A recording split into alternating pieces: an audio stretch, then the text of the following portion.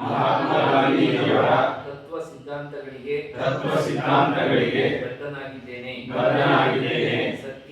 ಸತ್ಯ, ಅಹಿಂಸೆ, ಸಮಾನತೆ, ಸಾಮರಸ್ಯ, ಸ್ವಚ್ಛತೆ ಮತ್ತು ಗ್ರಾಮ ಸ್ವರಾಜ್ಯದ ಪರಿಕಲ್ಪನೆಗೆ ನನ್ನನ್ನು ನಾನು ಸಮರ್ಪಿಸಿಕೊಳ್ಳುತ್ತೇನೆ. ಎಲ್ಲದರಲ್ಲಿ ಕಸ ಎಸೆಯುವುದಿಲ್ಲ, ಎಲ್ಲದರಲ್ಲಿ ಉಗುಳುವುದಿಲ್ಲ. ಹಸಿ ಕಸ, ಒಣ ಕಸ ವಿಂಗಡಿಸಿಕೊಳ್ಳುತ್ತೇನೆ. ಪೌರ ಕಾರ್ಮಿಕರನ್ನು ಗೌರವದಿಂದ ನಡೆಸಿಕೊಳ್ಳುತ್ತೇನೆ.